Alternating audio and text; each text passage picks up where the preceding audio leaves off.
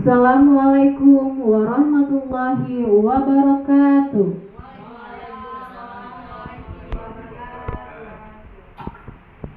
Pertama-tama marilah kita panjatkan puji dan syukur atas kehadirat Allah Subhanahu wa taala.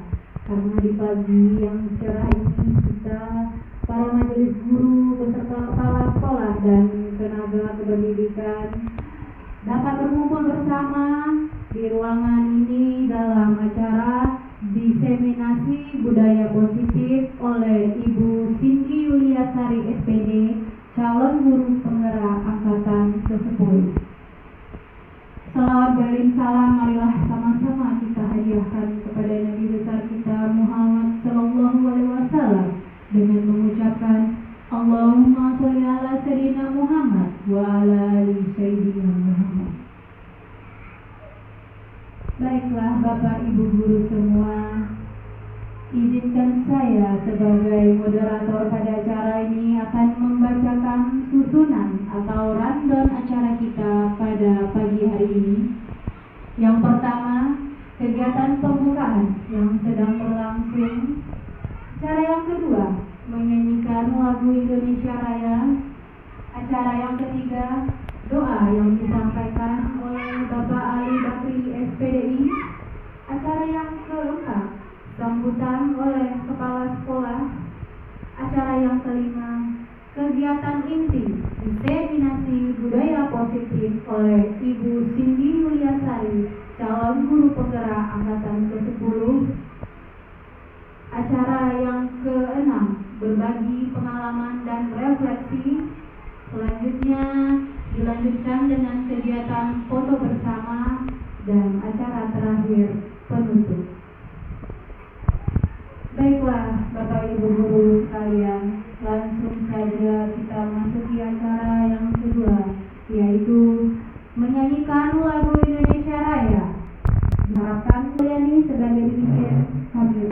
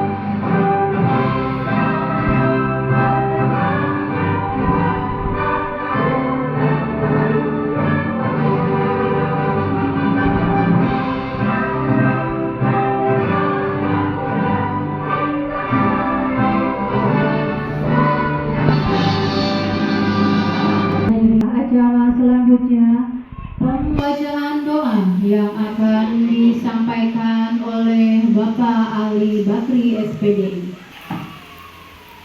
Assalamualaikum warahmatullahi wabarakatuh.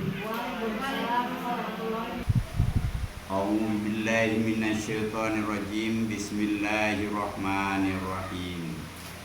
Alhamdulillahi rabbil alamin, wassalatu wassalamu ala asrafil anbiya'i mursalin wa ala alihi wa sahbihi wa rasulillahi ajma'in. Allahumma salli wa sallim ala sayyidina Muhammadin fil awwalina wal akhirina fil mala'i ila yaumiddin. Rabbana zalamna anfusana wa illam taghfir lana wa tarhamna lanakunanna minal khasirin. Rabbana atina fid dunya hasanah wa fil akhirati akhirati hasanah wa qina azabannar. Subhanaka rabbil izzati amma yasifu alal mursalin walhamdulillahi rabbil alamin. Assalamualaikum warahmatullahi wabarakatuh. Selanjutnya sambutan oleh kepala sekolah yang akan diwakili oleh Ibu Wahyuni SPD SD. Kepada Ibu kami persilakan. Bismillahirrahmanirrahim. Assalamualaikum warahmatullahi wabarakatuh. Yang saya hormati Bapak dan Ibu Guru Majelis Taklim dan Majelis Guru. Pertama-tama marilah kita panjatkan puja dan puji syukur kehadirat Allah Subhanahu wa taala, karena dengan rahmat dan hidayahnya lah sehingga kita semua pagi ini masih bisa mengikuti acara diseminasi budaya positif yang diselenggarakan oleh Ibu Cindy Yuliasari SPD, calon guru penggerak angkatan 10. Mudah-mudahan di dalam kita mengikuti diseminasi ini, kita bisa mengikuti dengan lancar, sukses, tidak ada halangan suatu apapun. Dan mudah-mudahan di sekolah kita sudah ada 1 calon guru penggerak. Mudah-mudahan juga yang lain mudah-mudahan bisa ikut dan bisa termotivasi untuk bisa mengikuti calon guru penggerak. Ya, kiranya hanya ini aja sambutan dari saya. Wabillahi taufiq wal hidayah. Wassalamualaikum warahmatullahi wabarakatuh. Terima kasih kami ucapkan kepada Ibu. Acara selanjutnya yaitu kita masuki ke acara inti ya Bapak Ibu. Diseminasi budaya positif oleh Ibu Cindy Yuliasari SPD, calon guru penggerak angkatan ke-10. Kepada Ibu kami persilakan.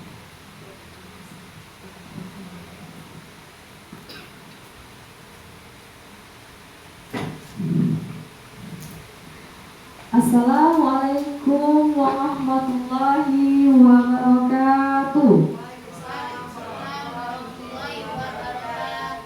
Selamat pagi, salam sejahtera untuk kita semuanya, Bapak Ibu. Terima kasih atas kesempatan, waktu, dan tempat yang telah disediakan. Dan saya mengucapkan banyak terima kasih Bapak Ibu telah bersedia hadir dan mengikuti acara atau kegiatan diseminasi budaya positif yang diselenggarakan oleh saya sendiri, yaitu calon guru penggerak angkatan ke-10. Sebelum kita masuk Bapak Ibu kepada acara inti, kita akan melakukan ice breaking ya hanya beberapa menit saja. Ini saya bilang ice breakingnya, kalau saya katakan fish, jarinya 2 ya, fish kiri kanan, ke kiri lalu ke kanan. Nanti ketika saya katakan doornya ke kiri dan ke kanan, nanti ada doornya dua door begini. Lalu nanti kalau saya katakan fish door, ya, kedua itu nama gerakannya adalah DJ. Jadi tangan Bapak Ibu begini, kita nge-DJ. Nah, ya, yang keduanya adalah milkshake. Nah, milkshake. Nah, baru bersamaan nanti.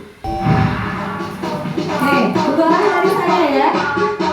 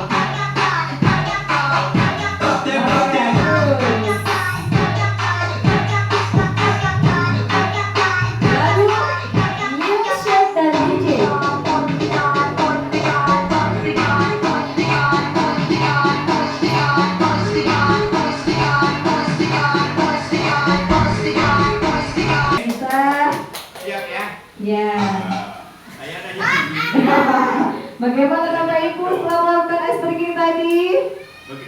Berkeringat. Terima kasih. Saya positif itu ada 6.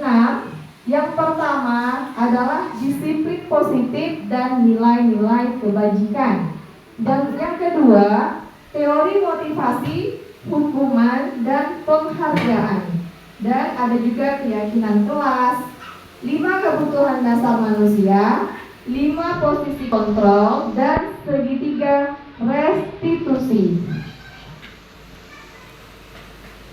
Nah, Bapak Ibu, saya mau tahu dulu, apakah Bapak Ibu tahu apa itu budaya positif?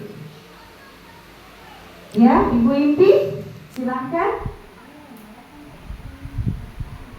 Budaya positif itu adalah kebiasaan atau kegiatan yang memang sering kita lakukan, kebiasaan itu ya, yang bersifat positif tentunya, yang mengarah ke kebaikan, itu ya Bu, ke hal yang positif, baik di lingkungan sekitar seperti di lingkungan sekolah, lingkungan kerja, di lingkungan rumah, di lingkungan masyarakat dan lain sebagainya. Itu seperti itu Bu. Oke, baik.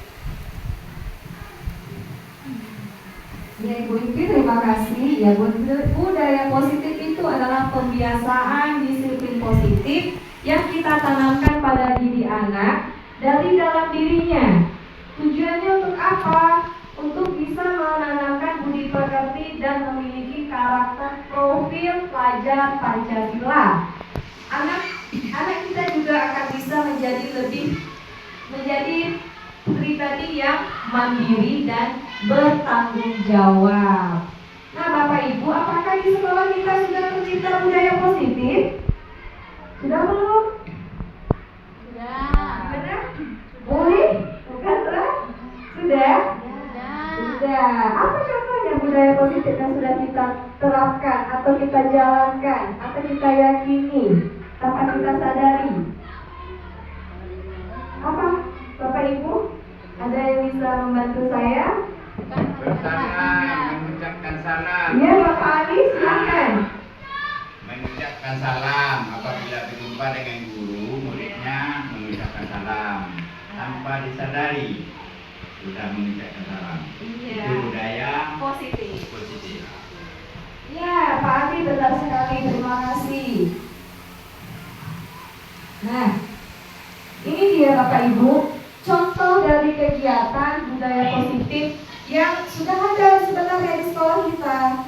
Mungkin dari hal-hal yang kecil itu Ibu, misalnya kita menerapkan budaya 5S.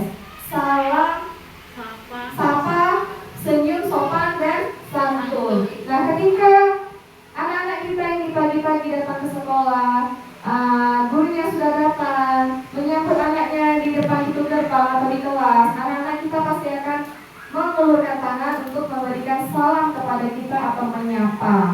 Ya.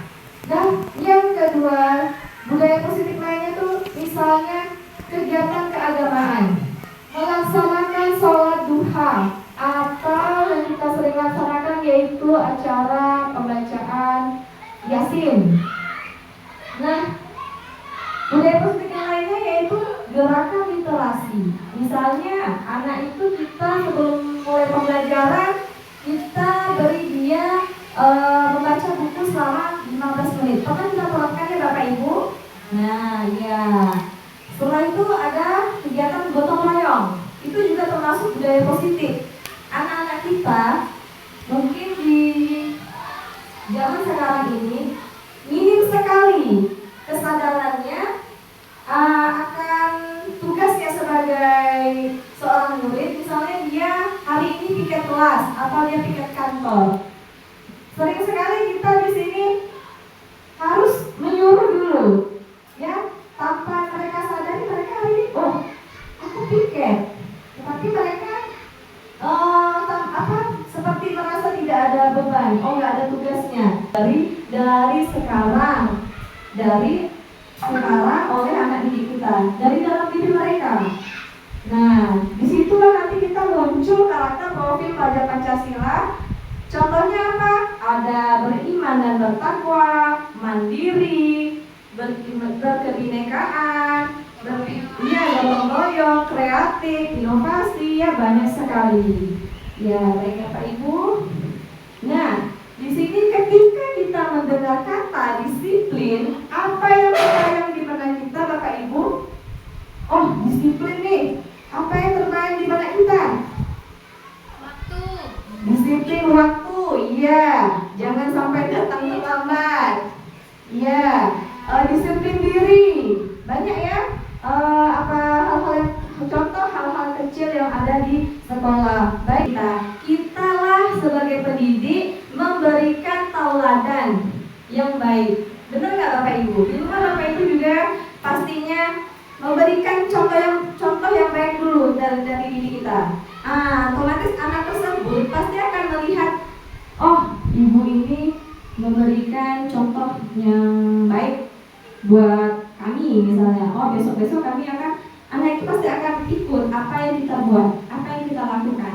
Jadi harus ditanamkan dari gurunya dulu. Menjadi tauladan yang baik untuk anak didik kita. Lanjut. Nah, disiplin positif itu ya Bapak Ibu, yaitu menumbuhkan kesadaran disiplin yang didorong dalam diri anak tanpa adanya hukuman dan hadiah. Tujuannya untuk apa? Menanamkan motivasi pada murid-murid kita untuk menjadi orang yang mereka inginkan dan menghargai diri sendiri dengan nilai-nilai yang mereka percaya. Ki Hajar Dewantara menyatakan bahwa untuk mewujudkan murid yang merdeka, murid harus memiliki disiplin yang kuat yang berasal dari dirinya maupun dari luar. Nah Bapak Ibu, tadi saya sering sebut-sebut nilai apa itu? Nilai kebajikan universal. Universal itu bersifat umum, luas, banyak. Apa-apa saja itu nilai kebajikan. Nilai kebajikan itu Ibu, Bapak, itu adalah nilai-nilai yang bersifat positif, yang tujuannya mulia untuk dicapai oleh individu. Contohnya ada tanggung jawab, ada keadilan, rasa syukur, berprinsip, integritas, kasih sayang, percaya diri, mandiri, kreatif, dan bernalar kritis. Nah Bapak Ibu, nilai-nilai ini bisa kita gunakan untuk membuat keyakinan kelas. Nah, saya akan tampilkan nilai-nilai kebajikan ini apa saja. Ini Bapak Ibu, yang pertama ada profil pelajar Pancasila. Nah, kita sudah tahu kan nilai-nilai yang ada di dalam profil pelajar Pancasila itu ada beriman, mandiri, bernalar kritis, berkebinekaan, gotong royong, dan kreatif. Ini kita bisa gunakan dalam membuat keyakinan kelas kepada anak didik kita. Yang kedua adalah IPO, Primary Years Program. Di sini juga terdapat nilai-nilai kebajikan, ada toleransi, rasa hormat, integritas, mandiri, menghargai, dan lain sebagainya.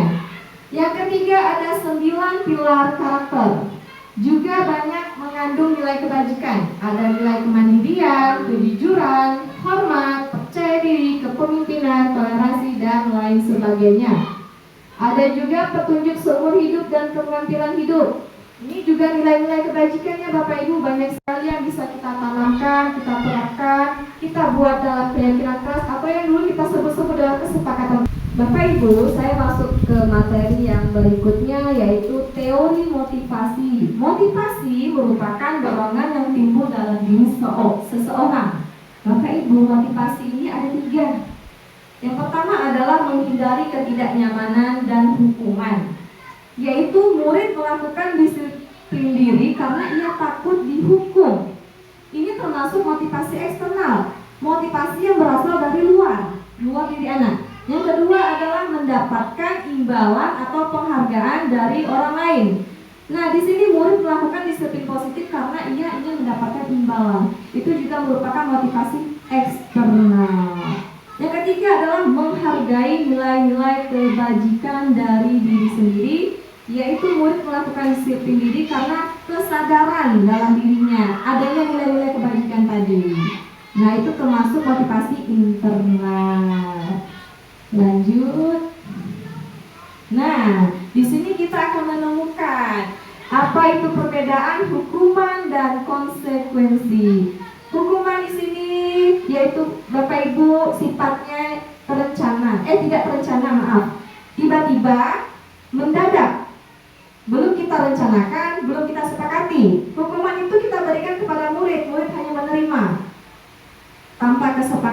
oleh pihak guru sebelum dan sesudahnya. Lalu kalau konsekuensi Bapak Ibu, konsekuensi ini sifatnya sudah terencana, sudah kita sepakati, sudah kita bahas, sudah kita setujui bersama murid dan guru. Misalnya ada pelanggaran nih anak kita, ada yang datang terlambat. Nah, ini bukan hukuman yang kita berikan ya Bapak Ibu. Misalnya konsekuensi yang sudah kita sepakati, anak tersebut harus menulis isi teks proklamasi sebanyak 4 kali atau menulis materi pelajaran yang saat itu tertinggal sebanyak 1 lembar. Nah, anak itu sudah tahu dia bahwa dia terlambat, dia tahu konsekuensinya. Nah, di sini saya akan membagikan pertanyaan pemantik melalui quizzes.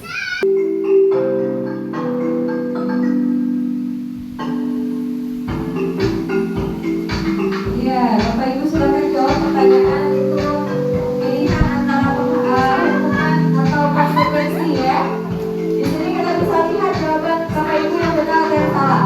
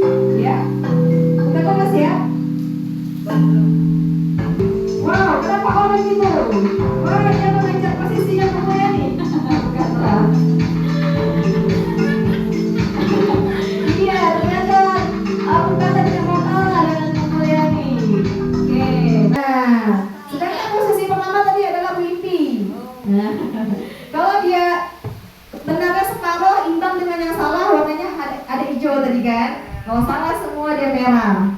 Nah Bapak Ibu tadi ini adalah 7 pertanyaan tematik membedakan antara hukuman dan konsekuensi. Pertama, mencatat 100 kali dalam buku kalimat saya tidak akan datang terlambat.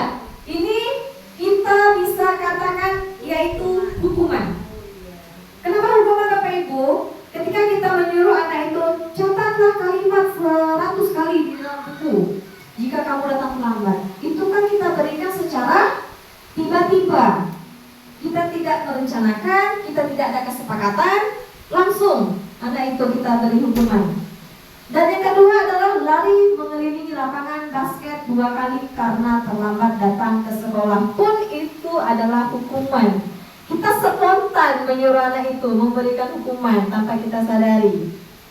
Yang ketiga, murid diminta push up 10 kali karena tidak piket. Wow, kejam sekali ya, push up-nya 10 kali. Ini juga merupakan hukuman yang kita berikan secara tiba-tiba. Yang keempat, menggantikan kertas tugas teman yang telah dicoret. Itu konsekuensi. Kenapa?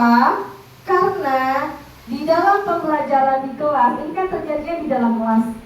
Setiap kita melakukan pembelajaran, memulai pembelajaran terhadap peserta didik, di awal pembelajaran kita sudah membuat namanya kesepakatan atau keyakinan kelas. Di situ nanti terpaparkan keyakinan kelas apa saja sesuai dengan konsekuensinya. Anak ini terlambat, anak ini tidak buat PR, anak ini tidak memakai dasi dan topi, kenapa jilbabnya berwarna-warni, kenapa tidak memakai sepatunya berwarna-warni. Nah, dan yang kelima, membersihkan tumpahan air di meja karena tersenggol pada saat belajar. Nah, kenapa ini tidak hukuman ya Bapak Ibu? Kenapa harus konsekuensi? Karena misalnya dia di dalam kelas pada saat kita mengajar, ini anak kelas 1 misalnya ya, dia kan suka nih makan tanpa dia sadari, dia makan di dalam kelas, padahal tidak punya makan di dalam kelas saat belajar. Dia minum, dia makan, dia lihat kita, tapi dia dengan rasa tidak bersalah itu dia tidak tahu kalau bahwa ada keyakinan kelas yang sudah dibuat. Namanya anak-anak kelas 1 kan perlu kita bimbing, kita arahkan. Nah, ini tidak boleh loh makan di dalam kelas. Ya, jangan kita marah ya Bapak Ibu, kita beri dia nasihat, ajak dia berbicara atau berdiskusi. Nah, yang keenam, murid disuruh untuk tidak mengenakan sepatu seharian di sekolah karena tidak menggunakan sepatu berwarna hitam. Jadi dia nyeker Bapak Ibu gara-gara dia tidak menggunakan sepatu hitam. Lalu kita berikan hukuman. Yang terakhir adalah lari lapangan bola karena terlambat 10 menit. Bapak Ibu, di sini materi yang selanjutnya adalah tentang kebutuhan dasar manusia. Setiap tindakan manusia memiliki tujuan tertentu ketika seorang murid melakukan suatu perbuatan yang bertentangan dengan nilai-nilai kebajikan atau melanggar peraturan. Hal itu sebenarnya dikarenakan mereka gagal memenuhi kebutuhan dasar manusia. Bapak Ibu, ada 5 kebutuhan dasar manusia, yaitu yang pertama adalah bertahan hidup, yang kedua ada kasih sayang, yang ketiga adalah kebebasan, yang keempat kesenangan, dan yang kelima penguasaan. Nah, kelima kebutuhan dasar manusia ini semuanya sangat penting. Apa sih Bu maksudnya? Nah, yang pertama adalah kebutuhan dasar Bapak Ibu, kebutuhan yang bersifat fisiologis. Untuk bertahan hidup misalnya apa? Kesehatan, rumah, makanan. Misalnya anak kita, ada anak kita, dia tidak membawa bekal, dia kelaparan, tidak ada uang jajan dari orang tuanya. Lalu apa yang dia perbuat? Dia meminta bekal kawannya, yang kawannya tadi bawa bekal sedang makan, meminta dengan secara paksa. Lalu kita lihat apa yang kita lakukan? Apa kita memarahinya? Tidak. Jadi kita apakan anak ini Bu? Dia tidak membawa bekal, dia tidak bawa uang jajan, tapi dia lapar, dia nggak tahu harus ngapain, mau minta sama siapa. Lalu dia meminta dengan temannya secara paksa. Nah, disinilah peran dari seorang guru untuk bisa menjadi, kadang ada kalanya guru berperan sebagai teman, sebagai penasehat. Kita ajak si anak ini berdiskusi. Nah, kita tanyakan, setiap anak kan memiliki latar belakang hidup yang berbeda-beda, ya Bapak Ibu, mungkin dari orang tuanya, keluarganya. Jadi anak-anak kita nih dari 5 kebutuhan dasar nanti akan saya jelaskan, semuanya mereka punya, mereka butuh, ya. Yang kedua itu adalah kebutuhan kasih sayang dan rasa diterima. Ini sering sekali Bapak Ibu. Anak-anak kita umumnya di kelas bawah, kelas 1-2, mungkin gak hanya kelas 1-2 ya. Mereka ini kan butuh diperhatikan, butuh disayang ya, namanya diperhatikan ya. Namanya anak-anak SD Ya, kebutuhan dan kasih sayang ini merupakan hubungan atau koneksi sosial untuk memberi kasih sayang menjadi bagian dari anggota kelompok. Kebutuhan ini juga meliputi keinginan untuk tetap terhubung dengan orang lain, misalnya teman, pasangan, keluarga, rekan, dan kelompok. Tidak hanya pada anak murid, tetapi juga rekan sesama rekan sejawat ya Bapak Ibu, keluarga. Nah, pastinya lah kita sebagai guru SD ini kan butuh hati yang ikhlas, ya, berjiwa mulia untuk selalu memberikan kasih sayang, sama sepertinya kita memberikan kasih sayang terhadap anak kita sendiri.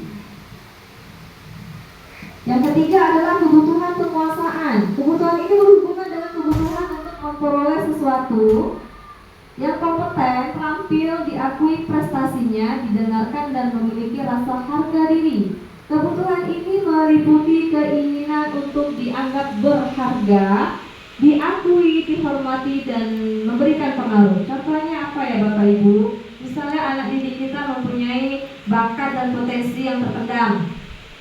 Misalnya anak tersebut disinilah peran guru kita wajib mengayomi, memberikan teladan yang baik untuk anak didik kita. Yang ketiga adalah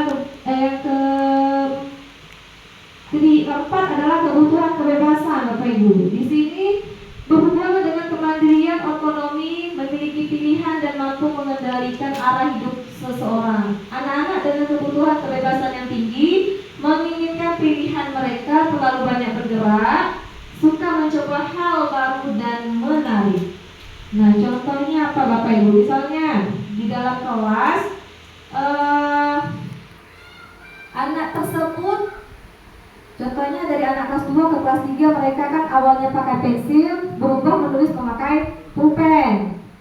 Kebiasaan mereka ini yang awalnya tidak biasa memakai pulpen, pasti mereka awal-awalnya ini memakai pensil. Itu kita tidak bisa larang Bapak Ibu. Itu adalah hak mereka, kebutuhan mereka, kebebasan. Biarkan mereka berkolaborasi sendiri, nanti pada akhirnya mereka sendiri akan berpikir. Karena kawan-kawan yang lain, oh ya, yang lainnya pakai pena, kenapa aku pakai pulpen? Tidak perlu kita marahi, kita nasihat, kita bimbing, kita ajak dia diskusi pelan-pelan, kasih tahu yang baik. Yang terakhir adalah kebutuhan kesenangan. Nah, anak-anak kita ini paling senang misalnya belajar bahasa Indonesia aja lah, atau tema ini aja lah Bu, saya tidak suka yang lain. Bu, matematika itu susah Bu, saya paling benci kali-kali Bu. Ini termasuk kebutuhan kesenangan Bapak Ibu. Misal anak murid kita senang dengan pelajaran yang mereka sukai, pasti mereka selalu aktif dan mengeluarkan pendapatnya, berkreatif, berinovasi. Nah, sekarang tergantung dari peran dari seorang gurunya aja. Sebenarnya semua pelajaran itu semua sama-sama menarik, cuma tergantung dari anak-anak kita. Mereka kadang-kadang bosan lah belajar ini terus, saya ngantuk Bu, apa segala macam. Jadi di sini bagaimana caranya kita sebagai pendidik memotivasi, memberikan semangat kepada anak kita agar tidak jenuh dalam mengikuti pembelajaran. Nah, Bapak Ibu, saya ada lagi kuisis ya. Bapak Ibu, kuisis. Iya. Pak Ali, coba buka WA-nya. Kelima, kebutuhan dasar. Ya, ada tadi yang kasih sayang. Hah? Itu isi nama dulu. Ya, ini isi nama dulu. Ya,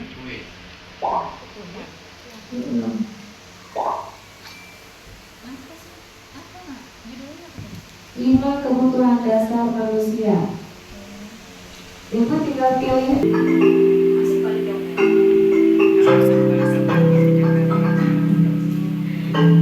Ayo Pak Ali, dijawab. Aku sebel gambarku tidak rapi, malah ibu guru menunjukkan ke teman-teman di depan kelas. Itu termasuk apa? Pilih yang mana satu? Penguasaan, kebebasan, kesenangan, atau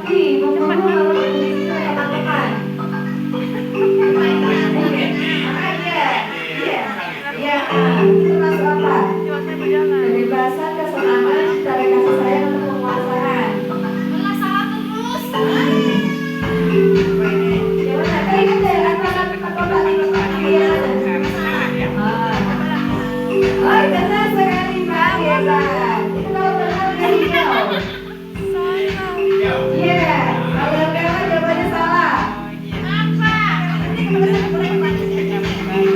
Lagi, jawab lagi Pak. Ada pertanyaannya.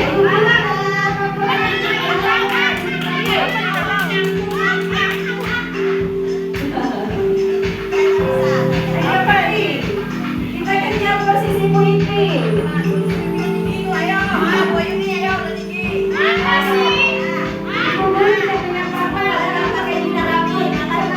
Tumbuhan apa?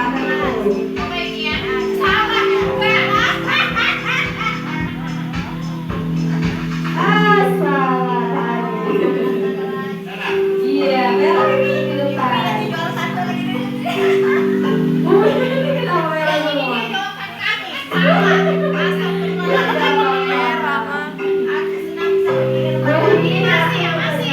Masih, yang sudah selesai itu Bu Iti.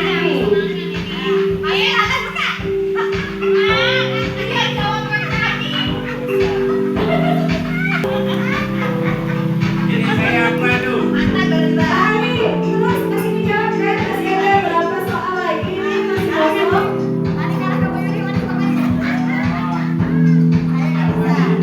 Ya, teruskan Pak Ali.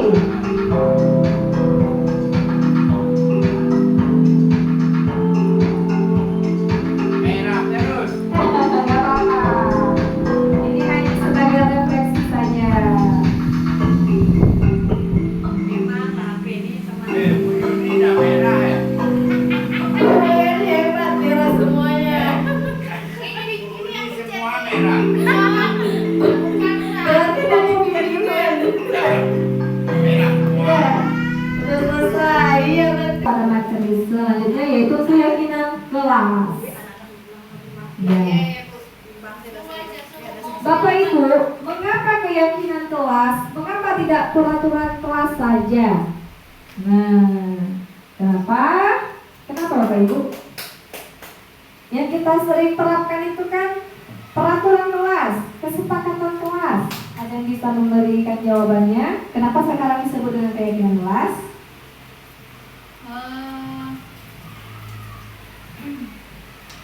Mungkin ya Bu, kalau peraturan itu lebih cukup diketahui dan betul-betul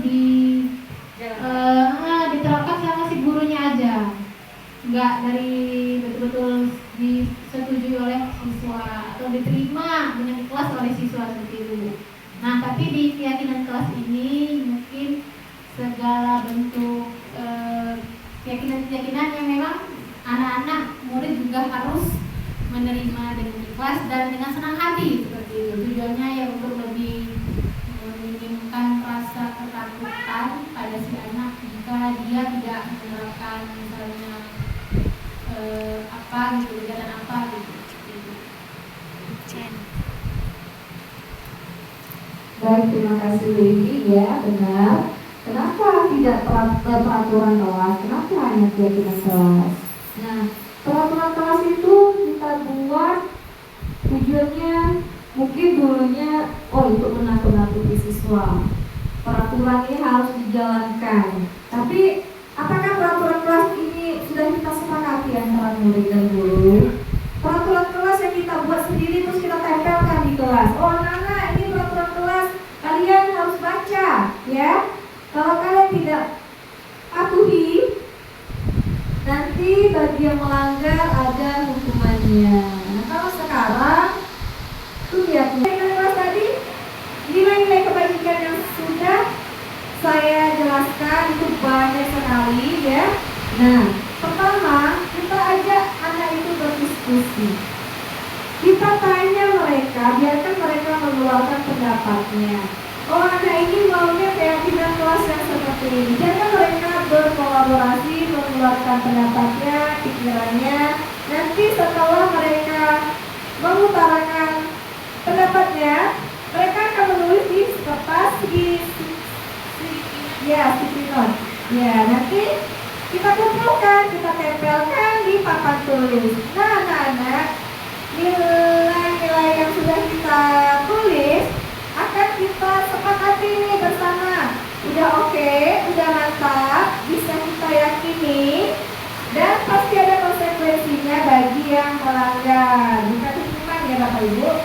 Nah, jadi sudah ada keyakinan di kelas, sudah kita sepakati, nanti kita evaluasi, kita tidak lanjuti, dan akhirnya kita buat refleksi.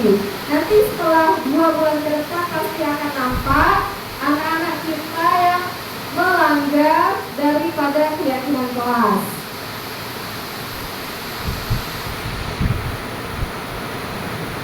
Nah, bagaimana membentuk keyakinan kelas? Yang pertama dibuat oleh siswa dan guru, dijadikan pedoman berperilaku di dalam kelas, lebih abstrak daripada peraturan, berupa pernyataan universal, dibuat dalam bentuk positif, dalam jumlah sedikit agar mudah diingat, sesuai dengan kondisi kelas dan sekolah agar mudah diterapkan, melibatkan semua warga sekolah. Misalnya Bapak Ibu, sekarang keyakinan kelas itu tidak boleh katanya banyak kalimatnya panjang-panjang.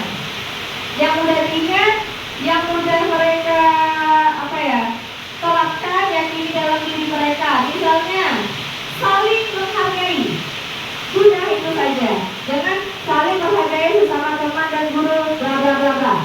Nilai kebaikan yang sudah saya jelaskan tadi itu kan banyak, boleh kita terapkan, kita buat di dalam keyakinan kelas. Nah, bergantian menunggu giliran, menggunakan masker, jangan berlari di kelas. Oke Bapak Ibu, bisa dipahami di sini?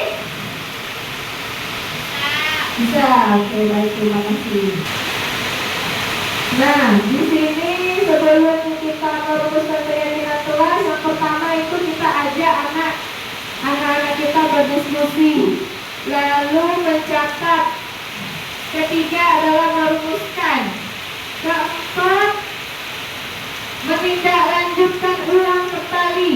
Yang kelima, membuat pernyataan. Keenam, tanda tangan. Dan ketujuh, baru kita memajangkan, memasang. Jadi keyakinan kelas ini perlu adanya kesepakatan antara murid dan guru, jangan kita membuatnya sendiri lalu tertempel. Nah, ini hanya sampel aja keyakinan kelas di kelas 4. Itu misalnya kehadiran, keterlambatan, seragam sekolah, kebersihan, kerapian, peralatan sekolah, teknologi dan gadget, kedisiplinan, partisipasi dan kerjasama, tugas dan PR. Kita lanjut Bapak Ibu, masuk kepada 5 posisi kontrol restitusi. Ini materi-materi yang saya dapatkan selama menjalankan atau mengikuti pendidikan guru penggerak. Kita hanya sharing aja ya Bapak Ibu, berbagi ilmu. Yaitu pertama, 5 posisi kontrolnya ada penghukum, pembuat rasa bersalah, teman, pemantau, dan manajer.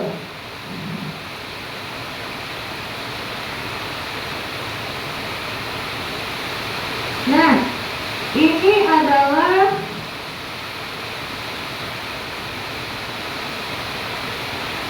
contoh penerapan 5 posisi kontrol.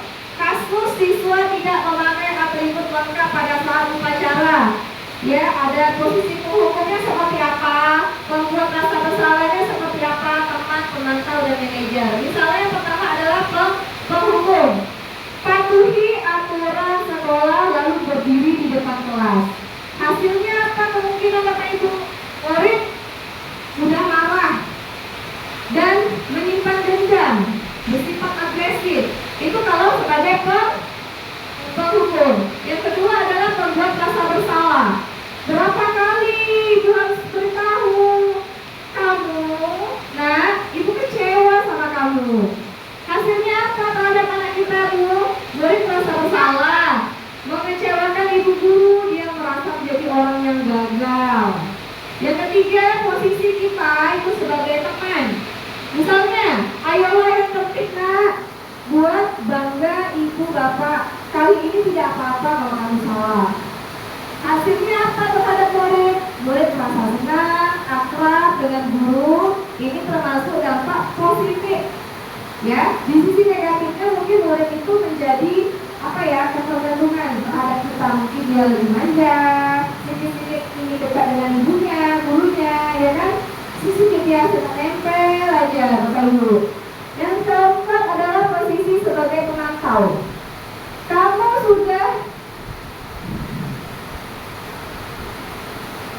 Kamu sudah melanggar apa peraturan dan konsekuensinya, itu sebagai pemantau ya. Nanti kita memantau Bapak Ibu. Hasilnya terhadap murid yaitu murid dapat memahami konsekuensi yang harus dijalankan karena telah melanggar salah satu peraturan terkait dengan sekolah. Yang terakhir kita posisi sebagai manajer. Apakah kamu tahu kesalahan kamu? Kira-kira bagaimana caramu memperbaiki kesalahanmu ini? Hasilnya terhadap murid, murid akan menjadi bertanggung jawab dan mencari jalan keluarnya dengan permasalahan yang dihadapi. Misalnya, ketika ada anak kita di saat upacara tidak memakai perlengkapan yang lengkap, dasi dan topi. Nah, Bapak Ibu, kita panggil anak tersebut. Posisi kita di sini sebagai manajer. Yang pertama kita tanyakan dulu. Misalnya, Cinta, kenapa kamu tidak memakai dasi dan topi, Nak? Oh, apa kamu ketinggalan atau kamu lupa? Maaf Bu, saya tadi buru-buru bangunnya terlambat. Makanya saya tidak saya kesiangan dahulunya karena makanya saya tidak memeriksa lagi. Saking buru-burunya Bu, saya langsung memakai seragam lalu saya pergi. Tiba di sekolah ketika diperiksa saya lupa. Oh iya, tidak apa-apa. Semua orang pasti pernah melakukan kesalahan ini, ya, di posisi sebagai manajer. Lalu kita tanyakan, apakah tindakan kamu ini, Nak, sudah sesuai dengan keyakinan kelas yang sudah kita sepakati? Tidak, Bu. Nah, kenapa? Karena saya sudah melanggar. Kamu tahu nanti apa tindakan kamu ke depannya setelah tindakan kamu sudah melanggar ini misalnya? Oh, saya akan memperbaikinya Bu untuk tidak lagi mengulanginya. Ya, bagus. Jadi kita di sini sebagai manajer, Bapak Ibu, posisi guru itu kebanyakan ya. Kalau yang guru itu sebagai penghukum, membuat rasa bersalah. Misalnya anak-anak kita sering sekali sekarang mengejek nama orang tuanya. Lalu kita bilang, hei, kamu tahu tidak? Kalau mengejek nama orang itu berdosa, tidak baik. Nah, kita selalu memposisikan diri kita sebagai penghukum dan pembuat rasa bersalah. Padahal masih ada posisi yang lainnya yang bisa memberikan dampak positif, yaitu sebagai teman dan manajer. Kita lanjut.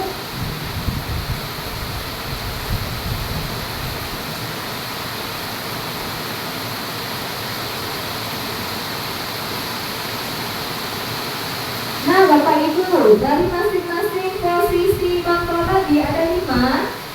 Kira-kira kita di dominan posisi kontrol manakah ya Bapak Ibu? Bisa berikan saya satu jawaban.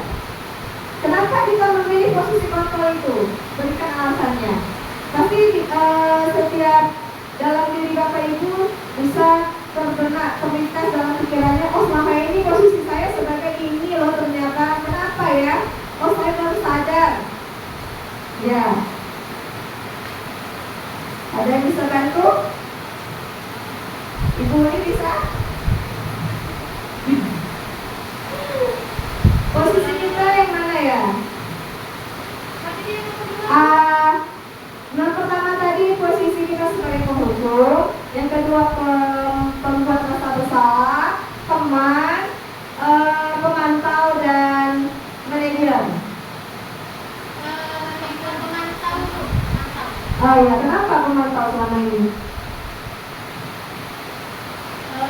Pintu pemantau. Kalau si anak membuat ya kesalahan ataupun tidak menerapkan peraturan yang menerapkan dalam atau sekolah ya, seperti kayak di upacara gitu, kayak kelas 5 ya, saya pasti tadi yang ibu jelaskan tadi. Saya bilang mengapa tidak bawa coba ini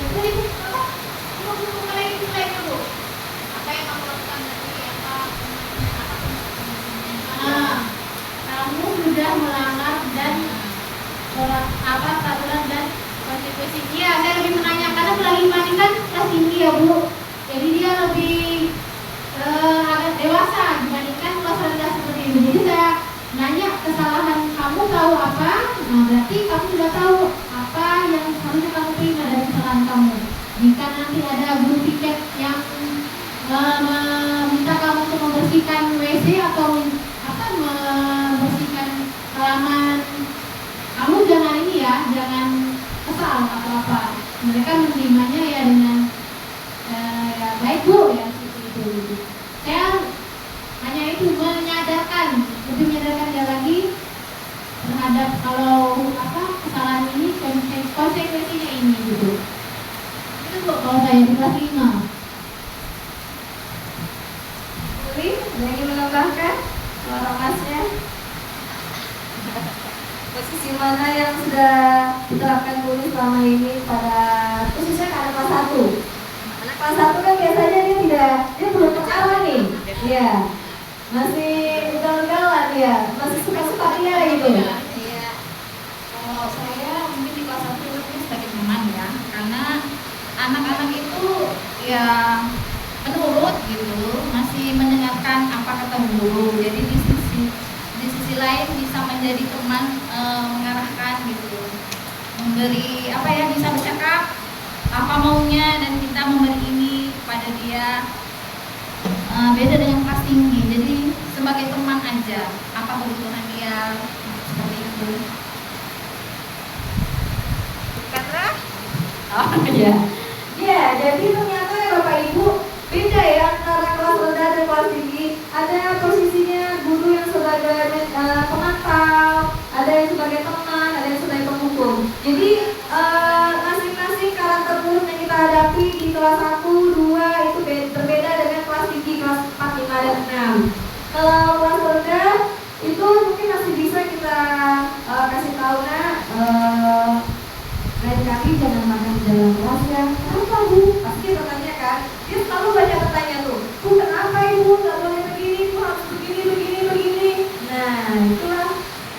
Disitulah posisi kita sebagai teman. Kalau satu ya kebanyakan. Nah tadi Bu Impi posisinya sebagai pemantau. Boleh kita tambahkan sebagai penghukum ya. Lebih dekatnya sebagai posisi penghukum pemantau. Saya sendiri juga di sini saya belum menempatkan diri saya sebagai manajer.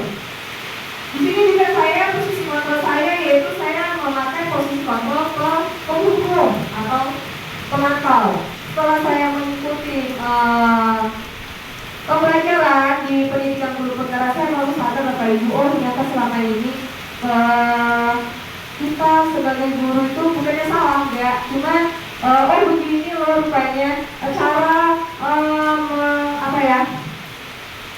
mendidik atau mengarahkan anak didik kita, atau jika mereka melakukan kesalahan, posisi kita tuh di mana yang baik dengan menerapkan budaya-budaya positif yang setiap harinya kita lakukan. Contohnya tadi gerakan literasi, budaya 5S, gotong royong dan lain sebagainya. Ya Bapak Ibu, memang 5 posisi kontrol ini sering kita alami, cuma kita nggak tahu kita di posisi yang mana.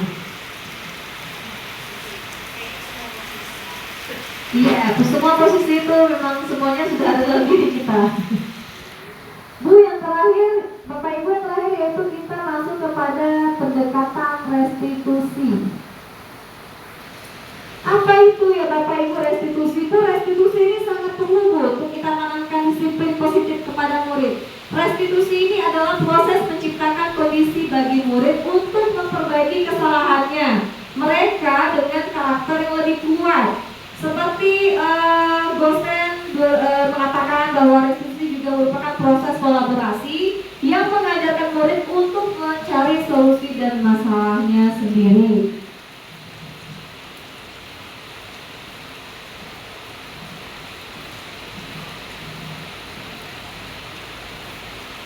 Nah, berikut adalah ciri-ciri dari restitusi ya Bapak Ibu. Yang pertama itu bukan menebus kesalahan, tapi belajar dari kesalahan. Yang kedua yaitu memperbaiki hubungan. Tawaran bukan paksaan, ada menuntun, mencari kebutuhan dasar. Restitusi itu adalah cara yang paling baik, berfokus pada karakter, bukan tindakan, fokus pada solusi dan mengembalikan murid yang berbuat salah kepada kelompoknya.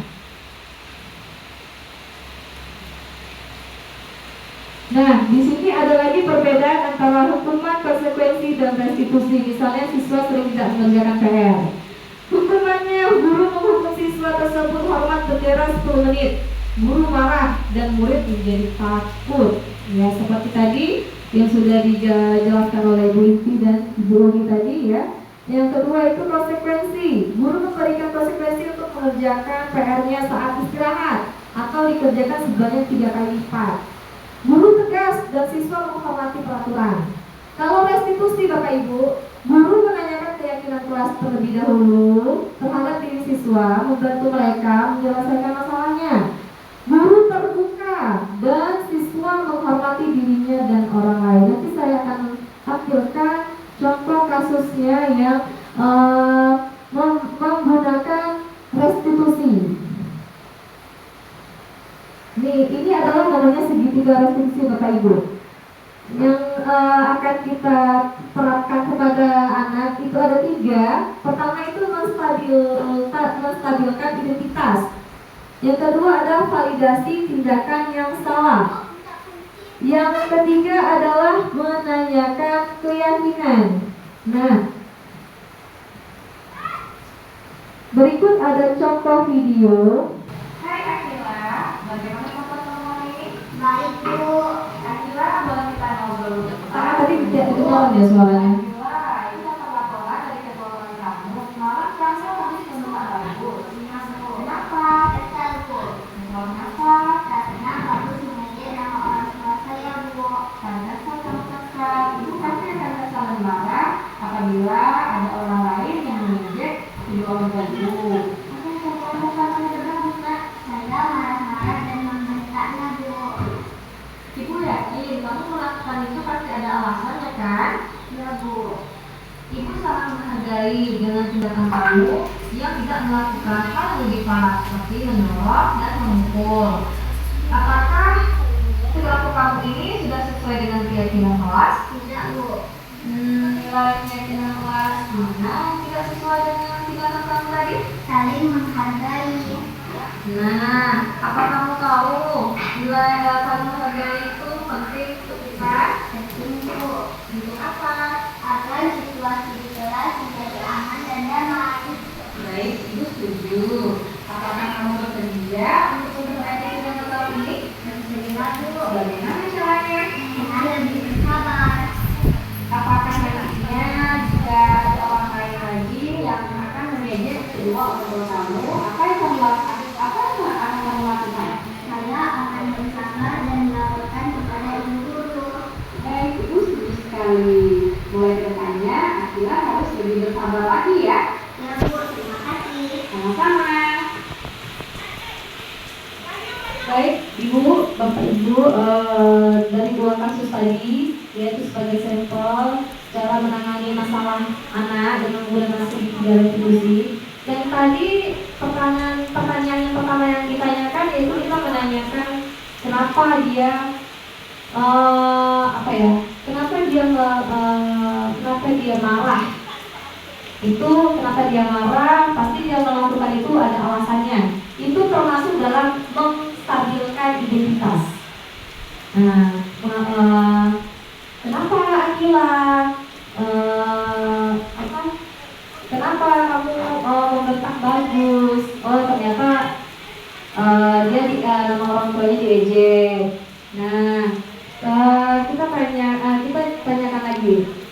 Oh, tentu saja kalau ibu yang berada di posisi Akila, ibu juga pasti akan marah kalau orang tua ibu diejek-ejek, dikata-katain, dijelekkan. Nah, kita tanyakan lagi. Nah, di sini posisinya guru sudah sebagai posisi segitiga restitusinya sudah berada di memvalidasi tindakan yang salah. Nah, tadi ada rekaman videonya yang menjelaskan apakah perilaku kamu tadi Akila sudah sesuai dengan keyakinan kelas? Tidak Bu, dia jawab.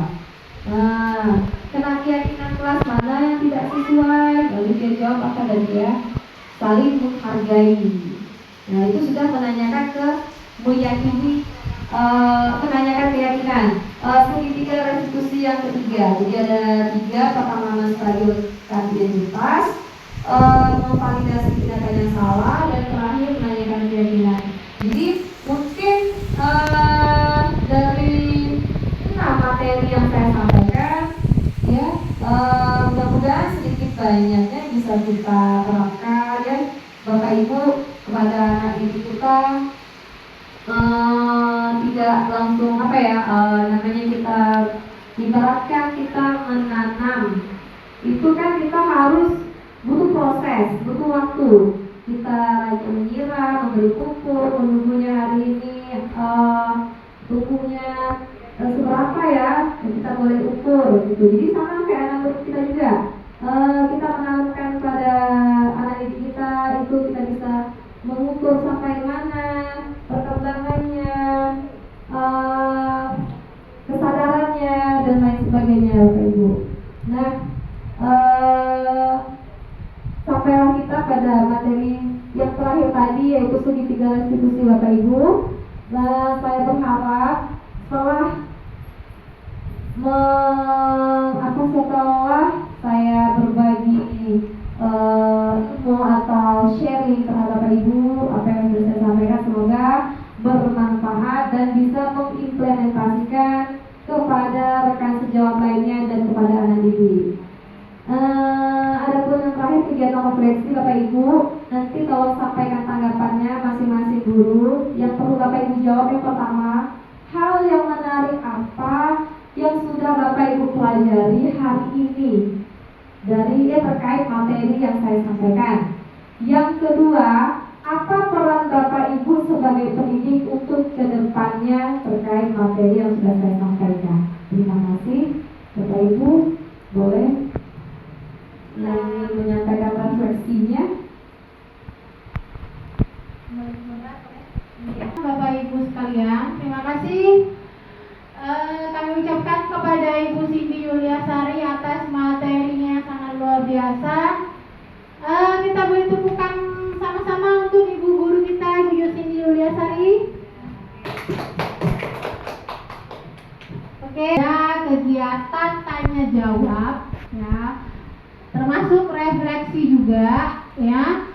Nah, di sini Ibu Cindy, ya, bagi ada Bapak Ibu guru yang ingin bertanya dari penyampaian materi tadi, silakan. Atau ada yang ingin memberikan tanggapan terkait materi, penyampaian materi juga silakan. Assalamualaikum warahmatullahi wabarakatuh. Boleh bertanya atau memberikan apa? Tadi ini kegiatan refleksi aja sih, Bu. Oh, refleksi ya. Saya tadi ya Boleh ada yang mau ditanya? terima kasih kepada Ibu Cindy Yuliasari sebagai calon guru penggerak angkatan 10. Saya berterima kasih, mungkin sedikit banyaknya saya sebagai guru juga belum terlalu tahu diseminasi budaya positif yang ada di sekolah. Kita dulu-dulunya kan sering memberi punishment, ya, hukuman kepada murid, itu berbeda dengan sekarang. Yang mungkin ya, yang saya bisa tangkap itu adalah bahwasanya budaya positif ini adalah di mana adalah apa ya, kebiasaan positif, ya, yang diberikan kepada murid sesuai dengan peraturan yang punya, seperti itu. Dan di sini tadi saya tertarik dengan kesepakatan dan keyakinan. Berarti sebelum istilah keyakinan berarti harus ada kesepakatan antara guru dengan siswa, yaitu peraturan yang dimana menuju hal-hal yang positif dan sehingga menciptakan suatu keyakinan di dalam kelas bahwa aturan yang kita ciptakan atau kesepakati bersama itulah yang kita jalankan menuju kepada kelas kita, supaya ada keyakinan atau peraturan yang kita buat untuk kita sepakati bersama. Seperti itu aja sih yang saya bisa ini. Banyak tadi ya materinya, Di antaranya tadi ya pertama tadi budaya positif, terus yang tadi keyakinan, lima posisi kontrol ya, yang sebenarnya posisi itu sebenarnya bisa kita lakukan semuanya ya. Iya, sudah kita lakukan ya. Ya tanpa kita sadari sebenarnya ya. Itu aja Bu yang saya dapat sampaikan. Mungkin cukup sekian. Terima kasih kepada Ibu Yuliansari SPB yang telah memberikan penjelasan kepada kami semua tentang budaya positif ini. Assalamualaikum warahmatullahi wabarakatuh. Waalaikumsalam warahmatullahi wabarakatuh. Perwakilan Sunda ada. Oke, baik. Sekarang dari kelas tinggi Bu Yudi. Barangkali ada mau refleksi yang mau disampaikan terkait materi tadi. Boleh, Bu Yudi, Ibu Kandra. Saya boleh ya Bu? Refleksi ya dari kegiatan hari ini. Yang pertama hal menarik dulu ya Bu. Hal menarik dari kegiatan ini otomatis menambah pengetahuan kami yang sangat banyak ya, sangat banyak pengetahuan yang saya dapatkan hari ini, pengetahuan yang baru khususnya untuk kami para guru di sekolah. Itu kemudian tadi senang ya karena kegiatan ini juga diselingi oleh ice breaking yang sangat memicu semangat. Dari pertama tarian milkshake ya Bu ya, kemudian ada permainan kuisis ya dalam kami memahami materi dibentuk, diolah, dikemas dalam permainan kuisis tadi cukup menarik. Kemudian dari refleksi materi sangat bagus. Terutama saya sangat tertarik pada materi 5 kontrol posisi ya Bu. Ya, di situ kami para guru istilahnya lebih merefleksi lagi. Oh, ternyata selama ini saya memahami murid saya dalam memberikan punishment dari mungkin kata Ibu Mulyani. Sebenarnya nggak boleh ya Bu ya, hukuman. Ternyata saya di posisi seperti ini dan ternyata setiap guru berbeda posisi kontrolnya sesuai dengan kapasitas kelas dari kelas rendah sampai ke kelas tinggi. Juga tadi ada contoh penerapan restitusi ya. Kalau kita juga dikasih tahu dalam mulai saat ini karena Bu Siti sudah menjadi calon guru penggerak, marilah sama-sama Bapak Ibu guru semua kita dalam memahami masalah peserta didik, sama-sama kita menerapkan cara restitusi tadi gitu ya. Ada sesuai dengan segitiga restitusi yang mana ini sangat memberi dampak yang besar bagi murid ya. Tidak ada ketakutan, tidak ada tekanan. Guru dan murid sama-sama enak, sama-sama senang dan nyaman berada di lingkungan sekolah. Mungkin itu saja Bu dari saya. Bapak, Ibu, ada lagi yang mau menambahkan? Ya. Silakan Bu Siti. Baik, Bapak Ibu, terima kasih atas partisipasinya hari ini, luar biasa. Tepuk tangan sekali lagi untuk kita semua. Demikianlah Bapak Ibu materi yang saya sampaikan pada hari ini. Terlebih dan terkurang saya mohon maaf. Di sini bukannya saya sudah bisa ataupun sudah pandai ataupun sudah mengerti. Di sini juga saya masih belajar. Apa yang saya sampaikan itulah yang saya dapatkan dari selama saya mengikuti pendidikan guru penggerak. Jikanya sekiranya saya ada di dalam diri saya ada yang kurang, boleh Bapak Ibu tegur atau Bapak Ibu boleh tegur dengan apa ya, dalam hal-hal positif misalnya. Karena di sini juga saya masih belajar.